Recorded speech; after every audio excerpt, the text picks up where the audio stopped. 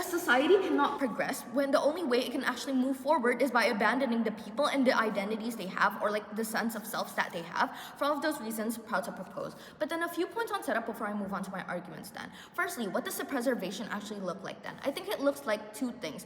One, legal acknowledgement of protection of the Rumah Adat system, which generally just means it's seen as like a legitimate government structure by the people, right? I think this reflects in three ways. I think that A, the collective land ownership is legally enforceable towards the people, right? So if anyone were to like break these laws by like owning some plot of land on their own, it's able to be legally incriminated. But then B, the violation of norms or like the communal agreements can be regulated legally. This is important because it changes the generally informal nature of traditions in the first place into like things that are actually protected legally, right? This leads me to point C. This means that opposition cannot walk in with the case that the existence and the prominence of these tradition makes it so that the elders can be corrupt and like abuse their power due to the lack of checks and balances. This is out of the debate. But then generally we just acknowledge that modernization will exist under both sides of the house. But then the delta that you get under our side is that the legal safety nets of the Rumah Adat system will be gone under your side, right? But then one point on preemptive before I move on to my arguments then. Opposition's probably going to walk in by bringing the case like, slowing social progress allows for like more oppression of these communities. I have three responses to this. I think that firstly, this premise is assumptive that all of the social progress that happens under their side is going to be linear, and it's going to be something that is generally accepted by the people. What happens in the status quo is not that, right?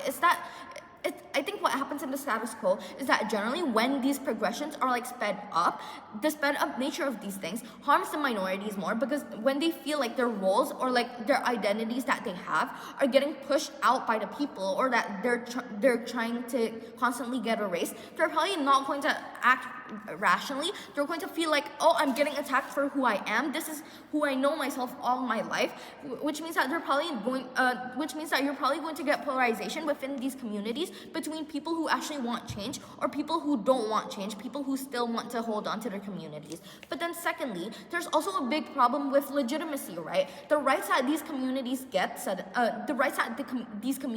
suddenly under your side doesn't necessarily mean there's going to be buy-in from other people as well, that other people from the outside are also going to be accepting of it. It's like back then when slaves recently just got freed, they have the legal rights within society, but then people within the status quo still don't like them, right? This means that these people will still get discriminated from the sudden influx at the end of the day, whether it be in the workplaces that they work in or the schools that they go to. People are going to shun them and shut them out. But then here's the flip then.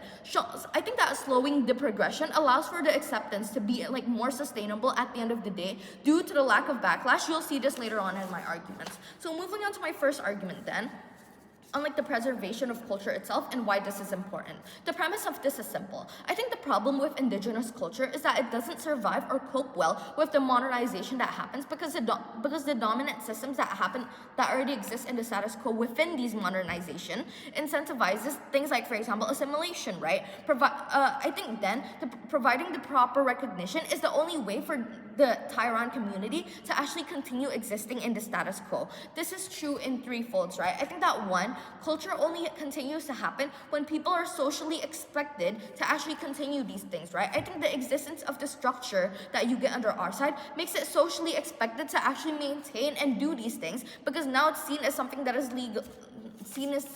legally legitimate, even if it's via peer pressure or like obligation from like your elders telling you what to do. I think in this increasingly modernized world, people stop caring about things like, for example, culture, so they can make a living urbanly outside, but then the things that you get under our side is that people get an actual benefit to culture. But then secondly, assimilation comes naturally. Opposition can't frame this as the free choice of people, that they can simply just choose to walk out of their culture. Because in the status quo, the choice is either you stay tied to a system with no legal frameworks or like any proper form of like safety nets, or you can sell out into the dominant system that already controls all of the jobs that exist in the status quo, right? Or all of the proper education and etc. Obviously, people will choose to sell out. This is why legal and financial protection is needed, because it gives the culture enough support financially to run, and incentivizes people to actually stay within these cultures, because now it's seen as something that is legitimate. It's seen as something that can actually fulfill their livelihoods at the end of the day. But then thirdly, I think that legal recognition gives a societal narrative that this culture is something that is important to the extent of like worthiness of funds from the government. So people within the culture get validation internally that the culture that they have been born with is something that is important. This is important because these indigenous people never chose to be born differently from the rest. They never chose to be part of this culture in the first place, which means that they're part of minority groups, right? They're constantly getting shunned by outsiders, and they're constantly being seen as people who are like alien, or they're constantly seen by other people as like somewhat animals in the zoo that they can just look at and learn from. This means that the legal recognition that is provided to them allows them to like actually feel a sense of validation that they are important at the end of the day, to the point of having legal protection, right? But then fourthly, I think this shifts the Overton window, right? I think that people that aren't part of this culture will also be able to actually appreciate it, because it's now seen as something that is more legitimate and proper, even something to be proud of, because these people are actually taken seriously by the government, right? But then why is all of this important then? I think this is important for two reasons. Simply that one, for many of the elders within these communities, culture is the only thing that gives them a sense of identity and purpose, right? The older generations have spent their whole lives preferring or like preserving these traditions, rituals, and etc. With the rise of modernization, these people are constantly getting shunned so that they're outdated, for example, or like closed-minded and etc. They're constantly getting invalidated by the people, so that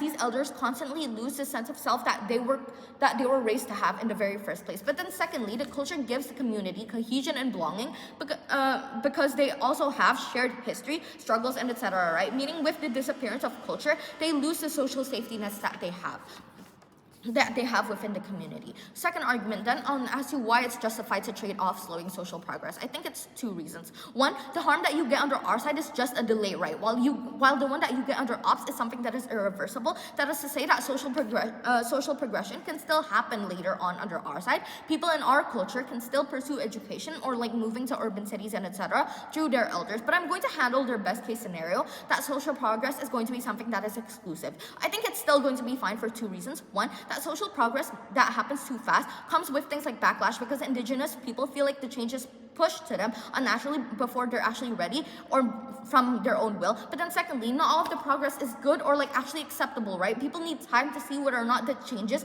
actually improve the welfare of the people. The slowing down of this progress allows people to test the waters. But then you should weigh this, simply because culture is something that is not replaceable. Once these ancestral languages or like rituals get replaced, they will completely disappear from the face of reality. No one is there to preserve them. This is the only way you can preserve this is under our side propose.